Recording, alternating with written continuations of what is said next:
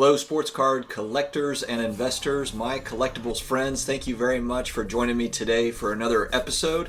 It is Saturday morning, and guys, we're just kind of taking it easy in North Carolina. We've seen kind of an escalation of cases, and so we're just trying to, lay low for the most part, which means I'll probably make 10 videos today. I'm kidding. I won't make 10. Maybe I'll make a couple. I don't know. We'll see. This was one I got as a request, and actually it was kind of more along the lines of like, hey man, like in your videos you're doing a lot of talking. We haven't seen a lot of cards lately. I totally understand that. I'll be perfectly honest. My mail days have slowed down because I'm just not getting any mail. I'm not getting any mail from USPS. I'm getting mail. I'm not getting the stuff I ordered. So I know it's holiday season. They've got a backlog, obviously, at the post office, and my stuff is lagging behind. When I go and check it, it just says kind of expect delays. So I don't know when I'm going to have the next mail day because I'm not getting anything. I'm not getting the stuff that I ordered. I've ordered things, I just don't have it yet. So today I thought it would be kind of fun to go through my vintage sports card collection. It's not anything that is too crazy. It is a lot of football and basketball cards. That's really my big focus. But I love these cards, so this is kind of fun. So it's almost like I'm kind of looking at them the way that I would anyway, but then I can just kind of share it on video and share it with you all. So thank you very much for joining me today, guys. If you have not subscribed yet, please do so. We come out with daily collectibles type videos, whether it be sports cards or graded video games or graded comic books or any of that stuff. We're all about it. We love talking about it here. And this is a place where maybe some of your regular friends don't really get into this sort of thing, but it's stuff that we do and we love, and so it's the big nostalgia factor behind everything. So please join us, subscribe, hit the notification bell so you are alerted when a new video comes out every day. Monday night, I'm going to be on a live stream on my channel with Flipping Steve, and on Tuesday night, I'm going to be doing a live stream on this channel with Chris of House of Jordan's podcast YouTube channel, and also Card Ladder. So excited to talk to those guys. Just hobby talk. We'll get into it. So join us there for that as well. All right, guys, let's go ahead and get started. I'm going to start with, one of the coolest things I own, and honestly, this is not anything that's super crazy, but it's a rack pack of 82 Topps football cards. And it's actually kind of funny. The gum, like as I move this pack, the gum, it slides around because it's been broken up. Look, I am not going to pretend like the cards in here are in, PSA 10 condition. It's kind of like the beginning of the movie Ace Ventura where he's kicking around the box. That's kind of like how it feels when I hold this rack pack. There are 3 different packs in this pack. And what's cool too is there's actually like the price tag was on here. But this is a different one. The one that I opened one of these on my channel looking for Lawrence Taylor rookie cards a month or two ago back, and it had like the grocery store price tag was on it, 3 for 99 cents. Three of these rack packs for 99 cents back in 1982. That's something I'm just gonna hold on to. I think it's cool with these vintage cards, and let me explain too. This is like, for me, this is holding a piece of history. That's how I view these cards. These aren't just cards to me. This is kind of, when we talk about art and we talk about historical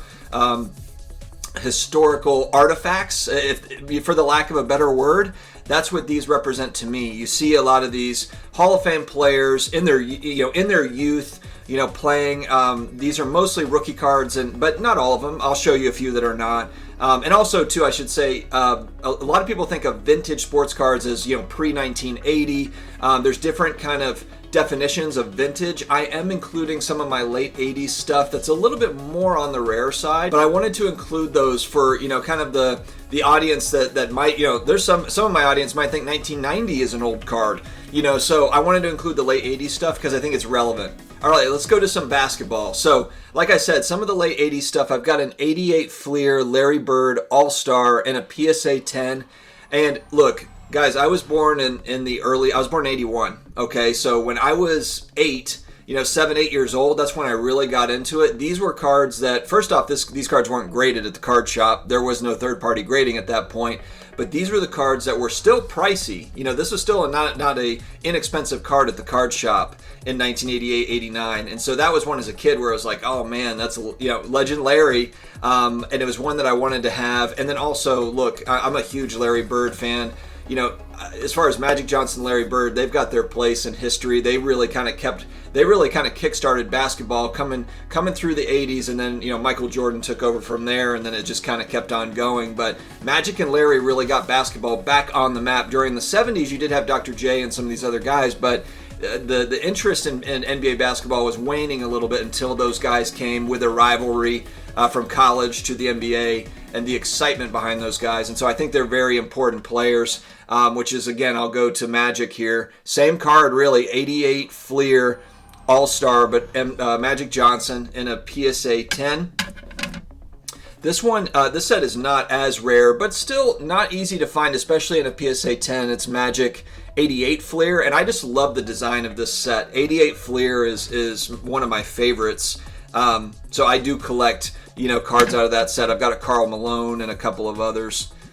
So in an effort to get my hands on some 86 Fleer at a fairly, decent price, I've got a Magic Johnson sticker, and that's in a PSA 8.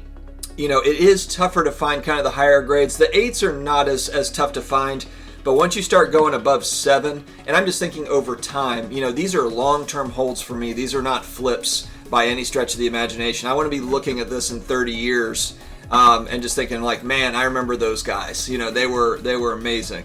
I'm going to kind of go back and forth a little bit. I'm going to flip back to football. Phil Simms rookie card. I believe this is 80 tops. 1980 tops, yeah, and this one is a BVG 8. So this is a funny story. I bought the PSA 8 of this card, and they accidentally sent me the BVG 8. So I reached out to them and I said, hey, you accidentally sent me the BVG 8 instead of the PSA 8. And they were like, oh, sorry about that. If you could just send us back that Beckett 8, we'll send you the PSA. And I was like, you know what? I mean, I think I spent $25 on this card, and the PSA 8 was another like $30. So I was like, you know what? I'll just take the PSA 8 too. If you could, set up a listing and we'll buy it, and we'll get that done. So that's what I did. I picked up a PSA 8. This was one I thought was just cool. I don't own very much 86 Fleer basketball at all. I'd love to have it, but it's an expensive set to own. Dr. J was, obviously all-time great player, and a PSA 8. This was right around, $50 or $60, so in a price point where I could get my hands on it. All right. 81 Topps Art Monk rookie cards. I think these are both 8s. Yeah, PSA 8. Art Monk, for those that don't know, one of the greatest receivers of all time, doesn't get a whole lot of credit. And I just like that 81 Topps set. I also do have a Joe Montana rookie card. I'm going to try to make sure that I show in this video too. And that 81 Topps set is a cool set. Because of that Joe Montana rookie card, it's an important set. One of my all-time favorite sets, 89 Score. This is a Dion Sanders rookie card in a 9. This is one where, I dragged my feet on getting PSA 10s, and now they're just very expensive to get PSA 10s. And 89 Score is, it's not a super rare set. It wasn't one where you could easily find packs, and I'm pretty certain it was hobby only, meaning that they only had it in card shops, because I don't remember ever seeing 89 Score at the grocery store. Typically only saw that at the card shop. Maybe it was at the grocery store and it was just limited release or something on the retail side. I don't know, but it was harder to find than like 89 Pro set, that's for sure. One of my all-time faves, Pistol Pete Maravich in a PSA 6. I like the story behind Pistol Pete. Not only was he one of the greatest basketball players of all time, but he's also just a very misunderstood guy. He was kind of, kind of an awkward player off the court with his teammates. Not in a bad way, but just, I think that he was just kind of a misunderstood type guy, but an absolutely lethal talent on the court. And I just really respect him a lot. Just kind of, I'm sure he probably had a lot of things, that he was dealing with internally, and just made the most of it. And he was an unbelievable player. Obviously I didn't get to watch him live. It was before my time. This is a 1970 Topps, his rookie card. So I missed kind of his career watching it live as a kid, but I've watched plenty of highlights to respect his talent. All right, guys, we'll stick with football for a little bit here, and that is going to be most of my vintage collection is football. Here's another iconic guy, Doug Williams rookie card, PSA 9, this is a card that is not highly graded, but this is the first African-American QB to win a Super Bowl, and he threw like 4 touchdown passes in the game. He was unbelievable, but this is one where I think there's less than maybe 1,000 total of this card that have been graded by PSA, and to get a 9 is not easy. So I just like, historically, he's got historical cultural relevance, and then he was also a great player. I think he coaches for the Washington football team now, I believe. But yeah, he's, that's when I was excited to pick up. You don't see those that much. LT, 82 tops. This was a cool set. This is an SGC 8, but this is one where I just seeing how difficult it was to pull out of packs, cards in good condition. That's why, whether it be SGC or BGS, really any of the grading companies, PSA, where it's this, fairly high grade, I wanted to try to target those, and I felt like there was some good values there. In my mind, LT is the greatest defensive player of all time. I love the look of this card. Terry Bradshaw rookie card, 1971 tops. This is an SGC 6.5. Difficult to get high grades on these, and I like the look of the 6.5 as well, but because of that red bordering, you have fading, you have, it's easy. These cards very condition sensitive. There's chipping, when they're printed, if they're not printed, they're not centered right. That's the whole thing with vintage cards is most of them are off center. You're not going to get amazing centering on vintage cards. It's extremely rare, from what I've seen anyway. But so that's where you run into an issue right out of the gate is how is it printed, what's the centering like, and then you get into surface and edges and corners. 84 tops Eric Dickerson rookie. Is this the PSA 9? Yeah, I like this one so much I got 2 of these. So Eric Dickerson is one of the all-time best running backs. He's a top 10 running back of all time, workhorse, beast. And that 84 tops set, I really, really like that 84 top set long term. You've got the Marino rookie card, the Elway rookie card. One of my most favorite cards that I own, and you guys might have seen this before if you're on my channel, 58 tops Jimmy Brown rookie card, PSA 3. One of the first cards I bought when I got back into the hobby 2.5 years ago. And it's iconic. You look at it, it's 1958 tops. They don't make cards like this anymore, and it's a piece of art, it's a piece of history. Jim Brown just being, one of the great running backs of all time, and also just culturally relevant, just amazing. So I can't say enough about that card. I could look at that card all day. I'm going to flip it back to basketball real quick, just to hit on a couple more of these kind of late 80s. So 87 Fleer Akeem Olajuwon, and a PSA 9. And I like the design on these. You also, of course, you run into centering issues with these cards, the way they're cut. So it's just tricky to find them in a good grade. So in PSA, the 9s are fairly affordable for these later 80s. I'm not talking about 89, 90, 90, 91. That's when you get in some real heavy print runs, to where it's a lot more common to get 9s and 10s of stuff. But this set in particular, because 86 Fleer is so popular, it's kind of the 87 Fleer is kind of that next up to where you can get some value. And Akeem Olajuwon, all-time great player, so that's kind of a no-brainer with his rookie card, being 86. We talked about second-year cards. Who are the players you buy second-year cards of? Akeem Olajuwon for me is one of those guys. Speaking of second-year cards, 72 tops Terry Bradshaw. I like this, again, this is kind of the design. I like 72 tops basketball and also 72 tops football and basketball. Sorry, I was thinking of 5 different things at one time. I also did just buy a Kareem Abdul-Jabbar 72 tops card on the basketball side that I'm still waiting on. Come on, USPS. So I love the look of 72 tops, and I don't know what baseball probably also looks cool. I just like the designs of a lot of those 70s cards. So I picked up that second year card there in a decent grade, the 7. Again, it's not easy to find higher grades in these older cards. We're going back to 89 score, Thurman Thomas. This guy's so underrated. This is like the guy before Marshall Faulk and the guy before Alvin Kamara, Thurman Thomas. These scat backs that can. This guy was the best. The Bills really dominated in the 80s because they were running that no huddle offense with Jim Kelly and Andre Reed, Thurman Thomas. And this guy was catching balls out of the backfield. The way their offense was run, Thurman Thomas was doing exactly what Alvin Kamara does now. what Marshall Faulk was doing is catching balls out of the backfield, which teams were not used to seeing that. They were not used to seeing the running back coming out of the backfield and catching balls, and they had to account for that. The Bills went to 4 straight Super Bowls on the back of that play, which, while we're talking about the Bills, 86 Topps. So this is that iconic, the Jerry Rice 86 Topps. Andre Reed. This thing was like $12, popped up on eBay, and I'm like, I have to have this card. Not that I'm a massive Bills fan or Andre Reed fan, but PSA 8, fairly high grade, and again, you get into centering issues, and just with the bordering, it's difficult to get a 9-10 for 86 Topps football. So I was like, you know what, I want to own that card.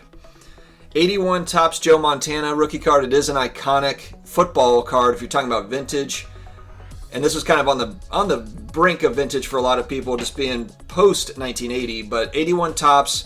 PSA 8, Joe Montana, another card that I bought 2.5 years ago with the Jim Brown. When I got back into the hobby, it was a target of mine. So, love that card. Going back to that 86 Topps, Jerry Rice rookie card. This is a PSA 7, and it was fairly affordable at the time when I got it. I'd like to have more Jerry Rice rookie cards in different grades. They are more common. A lot of these have been graded, so they are available, just at various price points like everything else. 83 Topps Marcus Allen rookie card, another Hall of Fame running back for the Raiders. There was a little bit of a skiff, kind of and Marcus Allen handled it beautifully. Al Davis, drafted Bo Jackson, and Bo Jackson was actually sharing the backfield with Marcus Allen. Can you even imagine? I mean, that backfield was insane, and that's what kind of spurred the Marcus Allen going to the Chiefs. And he finished out his career. He had a fantastic career. Marcus Allen was always such a class act. I really wanted to have that one. All right, I did pick up a second Bradshaw PSA 7, 72 Topps is what I have there. All right, so for those that know me, I'm a huge New Orleans Saints fan. So Ricky Jackson rookie card from the 84 Topps set. This is Dome Patrol stuff. Ricky Jackson, Pat Swilling, Sam Mills, and Von Johnson made up the linebacking core that arguably, outside of like maybe some Bears teams, that Saints linebacking core was one of the best of all time. It's top 5 in NFL history. Go watch some highlights on the Dome Patrol for the Saints. They were nasty. 72 Topps Roger Staubach rookie card. I've talked about it in other videos. I just like the fact that the Cowboys have a huge fan base, and Troy Aikman and Roger Staubach are really the QBs that matter in that Cowboys franchise that have won Super Bowls. I have 2 of these in a 6, just because I don't know, I do. It's one of those things where I think price points are I don't want to say only go up, because things go up and down, but it's just going to get trickier, I think, to get these at good prices, assuming demand kind of continues on. 72 Topps John Riggins rookie card. I thought it was kind of cool. Riggins is one of those running backs that I believe is in the Hall of Fame, John Riggins, but awesome running back. I love the 72 Topps set, and I just like the kind of the coloring on this. He was obviously drafted by the Jets here. Earl Campbell rookie card in a PSA 7. It's a 79 Topps. Earl Campbell, again, I was really, as you can see, there's a theme here. I was really going after Hall of Fame running backs. Because running backs are exciting in the NFL, especially back in those days when you had workhorse backs that were the primary focus of the offense. Not as much focus on receivers, back in those days. Some focus, but it was really kind of the running game, establishing the running game and playing good defense. That's how it was, before kind of West Coast offense and, kind of the prolific offenses changed things.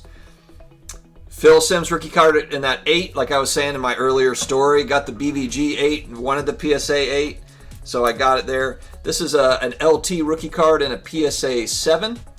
I showed the SGC one earlier.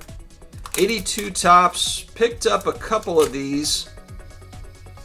82 Topps Montana, so second year Montana in action. There's an 8 and a 9 here, but again, second year Joe Montana cards, all-time great player. So I don't buy loads of second year stuff, but Montana, sure. And at the price point, it was really kind of a good price point.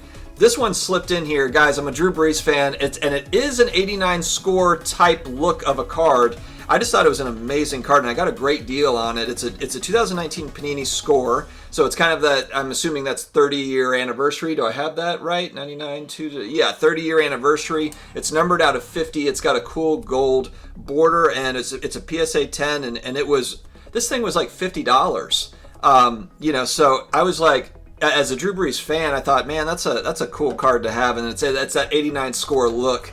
Awesome. Let's go back in time a little bit. 58 Topps Bart Starr, second year. So I believe I'm pretty certain his rookie card is 57 Topps.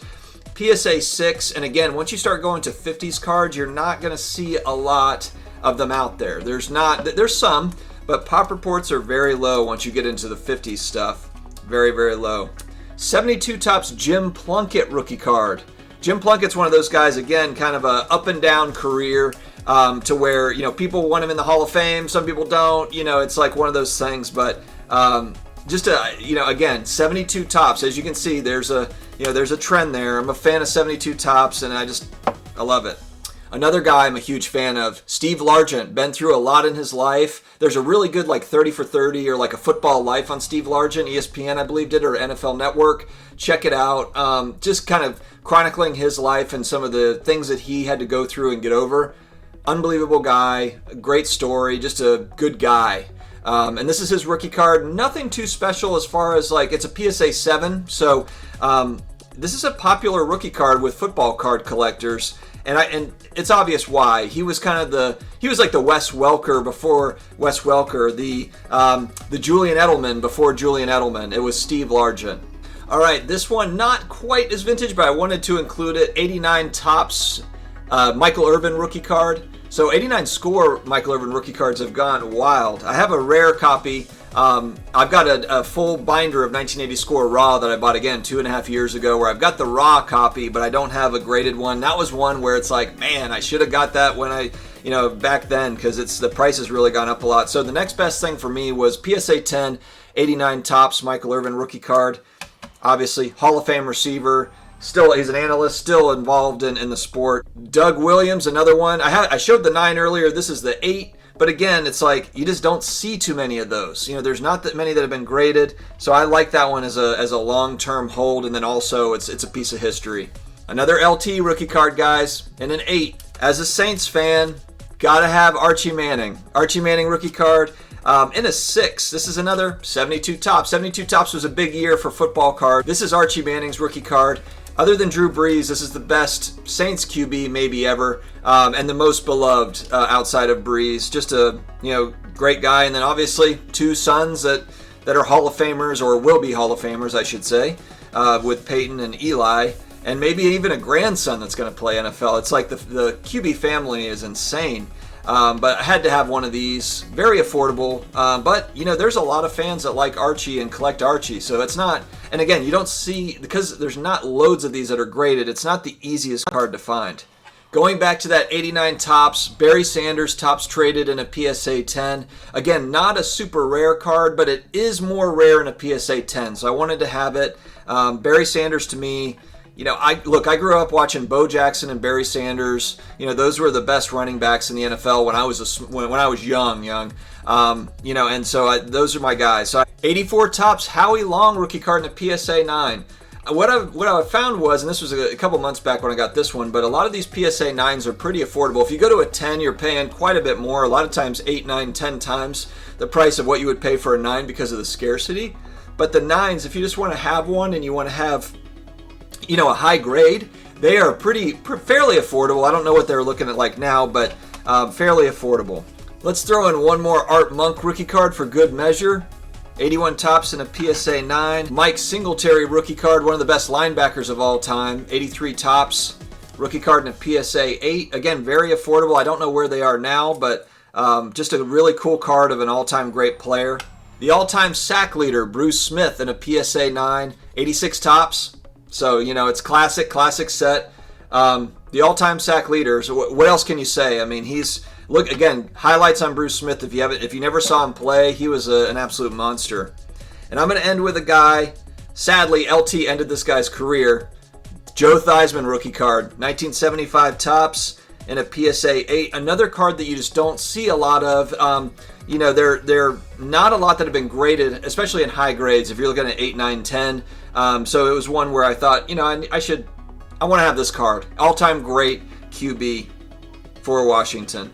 Guys, thank you very much for joining me today. I really appreciate it. I hope that you enjoyed, kind of seeing some of the cards from my collection, the vintage stuff. I might have left some things out. I tried to kind of gather as much as I could. But I hope that you all have an amazing weekend and stay safe out there. We will see you again next time. Take care.